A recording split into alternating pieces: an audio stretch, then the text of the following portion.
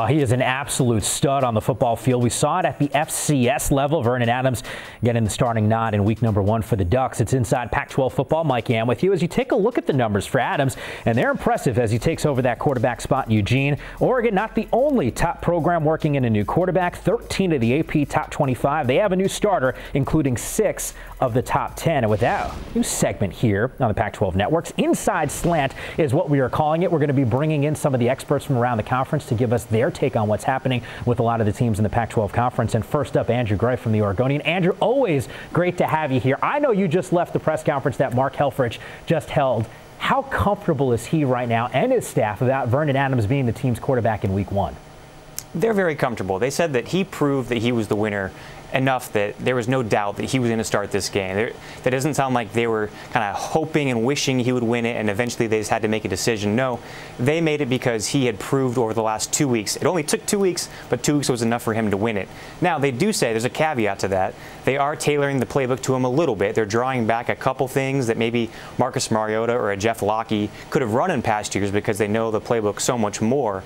But with Mariota gone and Locke here, they still have to tailor it to a guy who knows kind of only the incremental stages of this playbook. They still think he's grasping it very quickly. Maybe it's not the full offense you'll see in November from Oregon, but it's still a very productive one, they believe. Glad you brought that up, tailoring the playbook back, because I just read the other day some comments from Vernon where he said Jeff Locke has a better grasp of the playbook at this point than he does. So what does it say about Adams and his skill set that basically in 2 weeks he can earn a job for a team that's thinking about a national championship? I think it says that he has a lot of muscle memory from those 3 years starting at Eastern Washington, almost more so than his kind of knowledge of this playbook. Look, he has really good game experience and big game experience, beating Oregon State, a ranked Oregon State team in 2013, taking Washington to the wire. He's not afraid of FBS teams, not afraid of the big spotlight. I think that is what you're seeing. That's what the indication of him winning only in 2 weeks this job really means. He just has it an innate playmaking ability. He's seen it over time. This offense is similar enough that he was able to translate some of the verbiage from Eastern Washington's system to Oregon's. And basically, in 2 weeks, he really showed that maybe he's going to have to do a little more with the read option than he did elsewhere, but it's essentially the same. And he could pretty much pull from his knowledge from Eastern Washington and apply it to Oregon.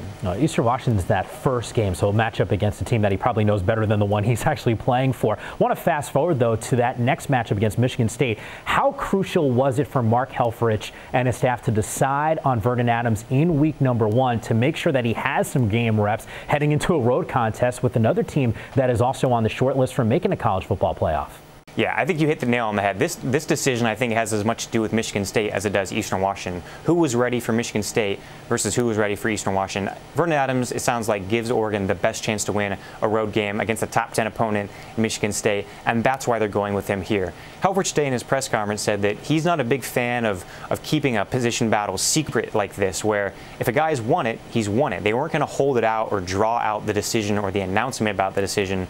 They thought that if they announced it now, they could basically get the whole team to rally around this guy and let them know that we're confident in this player, maybe instill some confidence in him going into that big matchup. Because there's no doubt that's a matchup. I would say the majority of people are picking Oregon to lose, and you know, with Michigan State returning Connor Cook, such a good defense, I think that's a valid projection, and yet Oregon likes his chances with a guy like Adams back there. Yeah, especially if he's able to make some plays like he did against some big-time opponents at the FBS level when he was playing at the FCS level. You know, the other day I read a great article from you about Scott Frost. What is it about the offensive coordinator that has him in a unique situation to make this transition easier for Adams? He is one of the very few people in the entire country who can level with what Adams is going through right now, because at Nebraska in 1996, Frost replaced his own legend in Tommy Frazier. Obviously, Frazier led the Cornhuskers to 2 national titles in Lincoln, was really a revered figure back there, and then Frost got the job, you know, maybe an unenviable job of replacing him, of succeeding him. Now, he won his own national title in 1997, but that 96 season was a very rough learning experience. They still won double digits. They almost won the Big 12 title, Nebraska did that year. But Frost said that experience really taught him a lot about how to compose yourself, how to handle criticism, and how to move forward when everyone is kind of comparing you to that other guy. That's what Adams is fighting against as much as any defense this year, is the ghost of Marcus Mariota and that production he put up last year. Marcus who? Who's that guy you talk about? One other thing here, because I look at the conversation that was taking place before Vernon Adams even got onto campus. They talked about it being a distraction, and is he going to be able to win a locker room over very quickly? Has he been able to do that before this first game? You know, I think even if he hadn't, Oregon's not going to let that on. So we're only seeing part of the reflection of maybe what the actual vibe is like in the locker room. But to Mark Helfrich's point, he said that there is no divisiveness, that's how he put it, since Adams got here. And Jeff Locke, who obviously had a dog in this fight, he really wanted to win. I think he's as bummed as anybody would be if they lost a starting job that they've been preparing for 3 seasons. Even he's come out and said that, look, I'm tutoring Vernon with everything in the playbook. If he has any questions, he can always come to me or Taylor Alley. And it sounds like there's very little kind of turf war going on. There's not a jealousy from Lockheed's perspective. At least that's what he told us yesterday when he met us, was very upfront, very honest about, yes, I'm disappointed, but Vernon's our guy, and I'm going to be ready if we're ready. And I think the rest of the locker room has kind of fallen in with that vibe.